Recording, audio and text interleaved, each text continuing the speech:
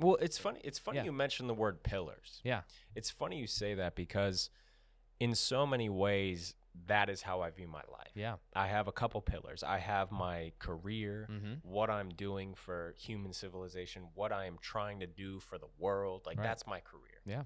And then I have my health. Right. That's the gym. That's my razor sharp focus on my nutrition. Mm-hmm. And then I have my relationships, my friends, my family. Like, I kind of have these pillars. Mm-hmm. And every day I want to work a little bit on each one if I can. Right. And it's just funny for you to use that word because it really defines a lot of the ways that I see my life, a Right. lot of the ways that I feel like you see your life, Absolutely. and a lot of the ways that I feel like most guys and girls should. Yeah. You know, in a way, it kind of narrows things down, simplifies this crazy, chaotic experience of being a conscious thing. Yeah. We got to narrow it down to Yeah. a couple Gotta things and simplify. just go Yeah. for it. Yeah, for you sure, know, for it's too chaotic out there not to try to do that. Yeah, I think that's again, it's weird. It's weird that you picked up on me saying the pillar thing because I have written in my notes somewhere where it is. I can't remember the specific order, so I'm gonna mess this up. And we can like maybe rearrange them. But it is like career, so like professionally, like you said, career, like relationships, right? So the friendships, I kind of lump all those into one. There was two that you didn't say that I'm sure are probably still in there for you, and it's wealth and spirituality. So there's like 5 total. Which one was I missing? I can't remember. So that's interesting. So I definitely care about wealth, Right. and kind of the irony, or maybe that's not the right word, but the reason I care about wealth is more through the window of as an adult, as a, you know, I'm 25 now, as a 35, 45, 55-year-old man, I want to have wealth to the point where I can optimally make my family happy. Yeah, absolutely. You know, to the point where I can, you know, if I ever make a lot of money, have my parents be close to me, have Janice's parents be close to me, just have the connection of the family, have the resources we need, right? So, but the spirituality one is interesting to me, and I think this is something that, from an intellectual perspective, I'm very interested in is spirituality in general, because I don't necessarily consider myself a spiritual person. You know, I don't really identify with any major religions. Right. And that's not to talk negatively about anyone that does. You know, there is certainly value to be found in certain religions. I think that, you know, Jordan Peterson has brought up some very, very interesting analysis of especially Christianity and the value that that brings to even a modern human, a modern society, in terms of just fundamental human experiences, right? But at the same time, I don't really identify with any major religions. I'm quite a secular person. And so spirituality to me is something that I don't consider myself to have a lot of. But at the same time is something that I think I should learn more about. And it's kind of going back to the openness thing I said about graduate students, professors, academia, people in general. I certainly, I think I'm in a very high percentage of percentile, of openness in terms that of, I just like to hear new ideas, new ways of life, new things. And I think spirituality is one point where, like, I want to hear like what's out there, what people think of it, how people interpret it, because it's not something I know a lot about. It's not something I necessarily identify with. So tell me more, you know? Yeah. I'm definitely, so a little bit of context for my side of things is I was raised Catholic. I went to Catholic school from the time I was like in pre-K to the time I graduated high school. So I went to private school, and that was it. Like, I mean, you had religion class every day. Does that mean that you were religious? Does that mean that you went to church every Sunday? Absolutely not, because I didn't. But at the same time, I've talked about this here. We've talked about this on with Amanda on AM and the PM. We talk about religion a decent amount, not because we're religious, but because the concept, like you said, spirituality, religion is it's an interesting one. It makes you think, and then sometimes you think about it too much, and it's like very strange. So I think that's why in a lot of cases there is a ton of things to learn from this religion, that religion, A, B, C, D, you know, however long you want to go down the list. But at the same time, I think that sometimes it's almost just like a way to live your life that provides some structure, right? It provides morals, it provides values. And I think that was huge for me personally throughout the my time in Catholicism, right? To practicing it to whatever extent I did. But at the same time, though, I think I'm only 24, so I don't have all the answers either. And I haven't like dove headfirst into spirituality. But from listening to people like Jordan Peterson, a little bit of Sam Harris, those types of minds, it's like it provided a really good foundation. But I'm not so sure that it's necessary long term, if that makes sense, right? Because what I feel it really does for you, it provides you a sense of almost comfort in knowing that somebody, and almost like comfort and accountability, knowing that somebody or some higher power or this book defines you and the things that you should do and shouldn't you do, right? But at the same time, I think that there's probably a lot that we can learn from Catholicism, but there's probably some shitty parts. And then there's a lot we could learn from probably even like any other thing. Like, I mean, that was just where I'm from, but like Judaism or, whatever it is. I don't know a ton of religions, but you get the idea. You could learn a lot, but there's definitely shitty parts associated with each one. I use Catholicism because I guess I can critique that because I was Catholic, right? I guess still am.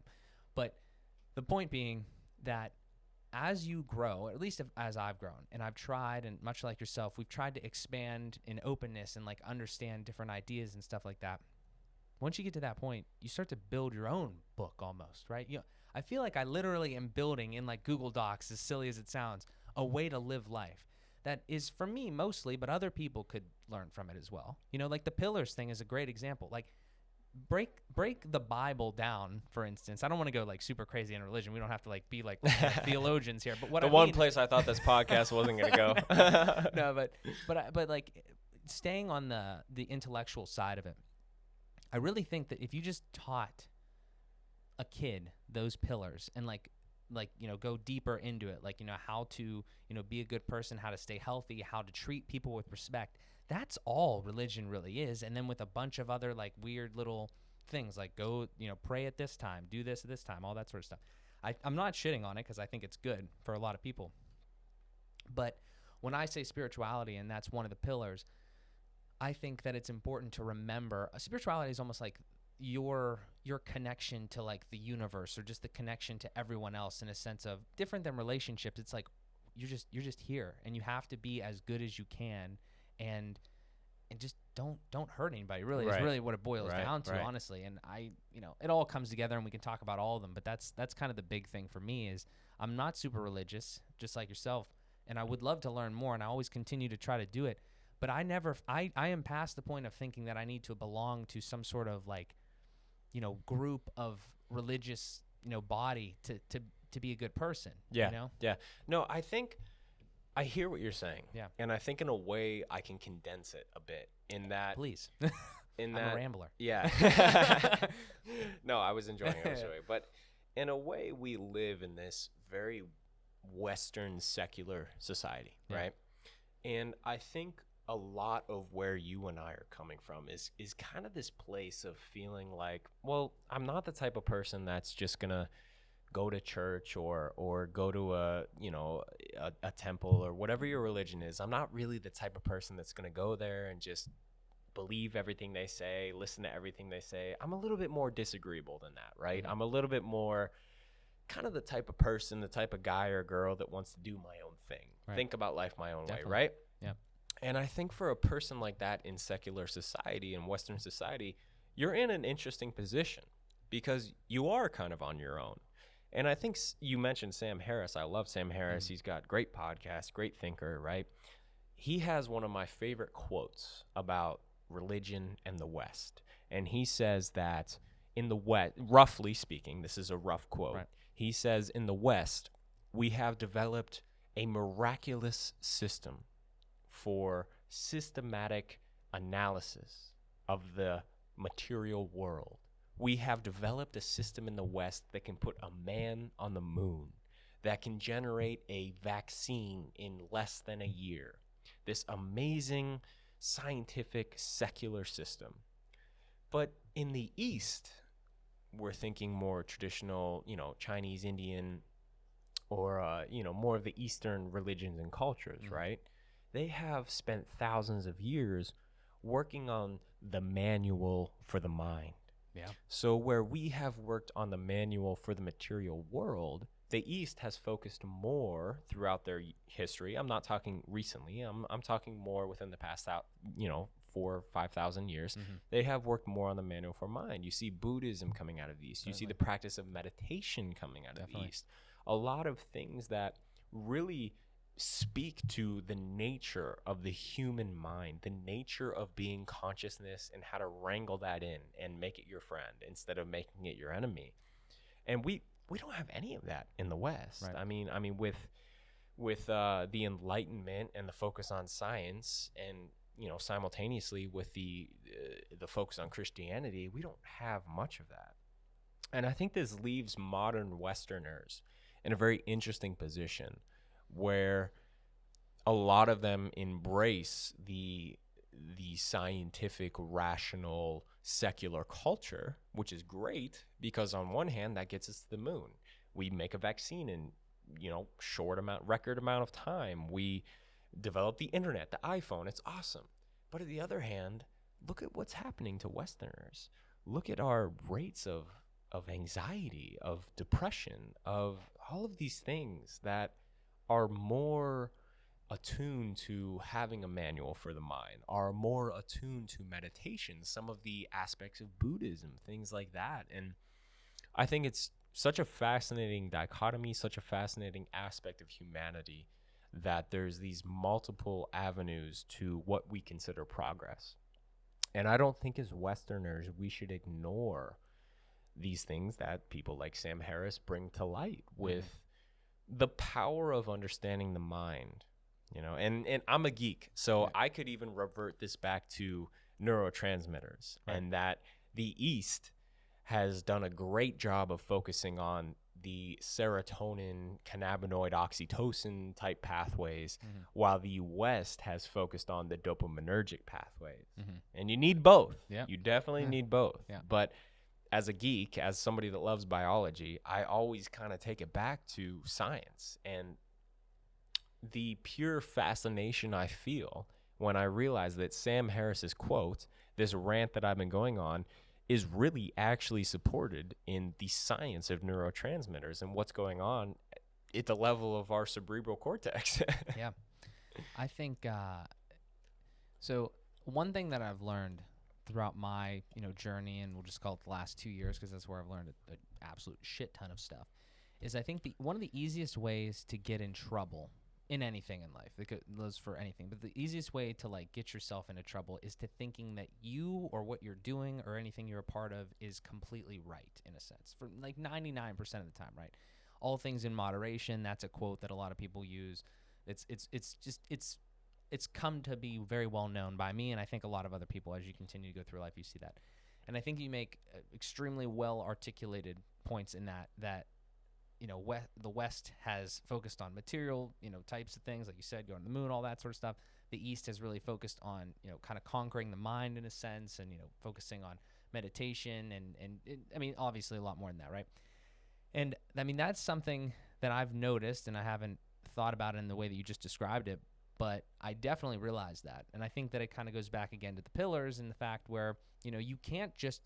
The point of the pillars thing, too, is the cool part about that is, let's say you have 5 pillars, right? You have the health, wealth, spirituality, relationships, and then I always forget one. The other one, whatever it is. But, you always have, 4 or 5, right? Family. Maybe? Family. Yeah. I mean, Maybe. yeah, we could write them down. We could figure them out. But the point being is whatever you have, they should be equally distributed in a sense, right? So you're not when I put wealth in there, some people might say, oh, you just care about money. Well, no, I care about everything equally, because everything is equally important. You need to make sure that you have money and you build a good lifestyle so that you have the options to take care of your family. And it's not even about wealth just for yourself. I mean that, for instance, I'll give you a quote, again, rough quote from Dave Ramsey. He says, live like nobody else will today so you can give like nobody else will later down the line, meaning that, he's famous for saying eat rice and beans now, and just make sure you save your money and stuff. So when, you stock market, yada, yada, we can go into finance if you want, but basically, the amount of money that you save and you invest in everything now grows exponentially over time. And then when you're in your 40s, 50s, 60s, you have the ability to share that with other people, right? And get other people started, whether it's your kids, your grandkids, other people, just in general, that you can be generous. You can donate to charities and stuff like that. That's where it all comes full circle for me, right? So I'm going all over the place here, but I think, more than anything, it's something that I would like to do too. If you think about spirituality in that way, I don't do a lot of meditation right now. I don't do a lot of like connecting my body back to my mind in a sense and to the universe. I think about it more from the religious side of things, but I think it's a progression.